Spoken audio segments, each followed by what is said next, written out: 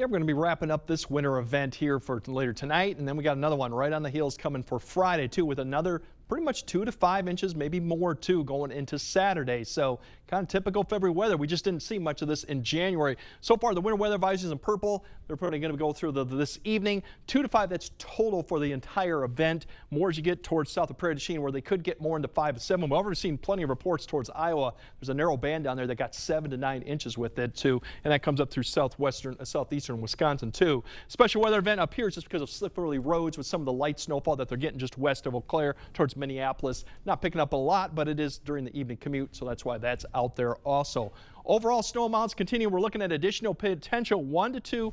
Down to Prairie du Chien, could get up to 3 or a little bit more. Otherwise, it's more probably closer to 1 for the rest of the area. That'll continue just light through about 10, 11 p.m. This is kind of wrapping up too. So overall, a little bit more snow, but nothing too significant. Right now, radar looks at the visibility. That'll give you an indication if you're getting more moderate, even heavy. Heavy is when you get down to like a half mile or less. Moderate's probably about a mile or less. We've seen some of that to the south, but overall, the rest of the area occasionally drops down. Some of this is light snow. Some of this is haze, not all snow too. But as you can see, most of the band is shifted to east, but it has expanded a little bit this evening further north. So that's why we're seeing a little bit more snow up to the north. And you kind of see that with future tracks showing that expansion all the way up to maybe Rusk County for the next kind of 2 hours or so, but then it begins to break up and then shift east. By the time we get to 10 p.m., a lot of this activity is further east of the area. Still some light snow, a few flurries continuing for some of the areas for a few more hours. That north wind will begin to pick up. You'll start feeling that too more and more throughout the evening hours. Then as we go throughout about midnight, most of the activity and through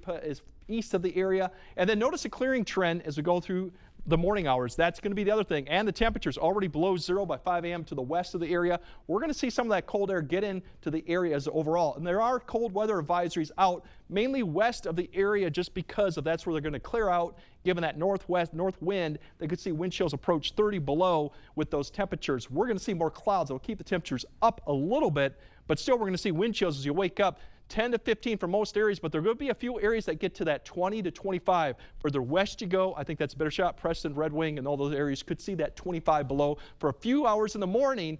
Despite some sunshine tomorrow, the temperature is not going to improve, and the wind chills will go up a little bit, but still expect sub-zero wind chills throughout the noon hour, maybe a little bit of improvement towards the evening hour. Now, Friday, we have another snow event coming. The morning commute, noon looks dry. It's in the afternoon and evening where we could have snow-covered roads. The big difference between this system and the one we're having right now is blowing and drifting will be more of a problem. I think the winds will be stronger, but the temperatures are going to be mild, more in the 20s, so it won't be quite as fluffy, but the winds definitely are going to be picking up. So we might be dealing with more blowing and drifting snow come Friday afternoon and evening, could linger into Saturday. So kind of timing that out, we kind of show you, there's that first band coming through about 2 p.m., and then it kind of stretches over the area through the evening commute. And that band may sit somewhere across the area throughout Friday night, but a lot of areas I think will see a little bit less snow going into Friday night, into Friday and Saturday morning. And then there's more snow actually potentially for Saturday with another little narrow band as a system approaches. So we might have more snow for southern areas going into Saturday, but the amounts there doesn't look as impressive.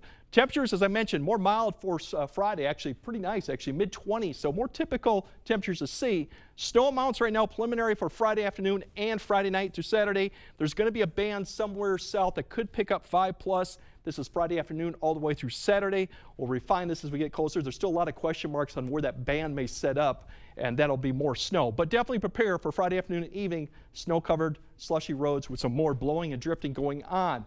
The bigger story following that the weekend is going to be those cold temps, especially going into Monday morning. Right now, that's 14 below for here.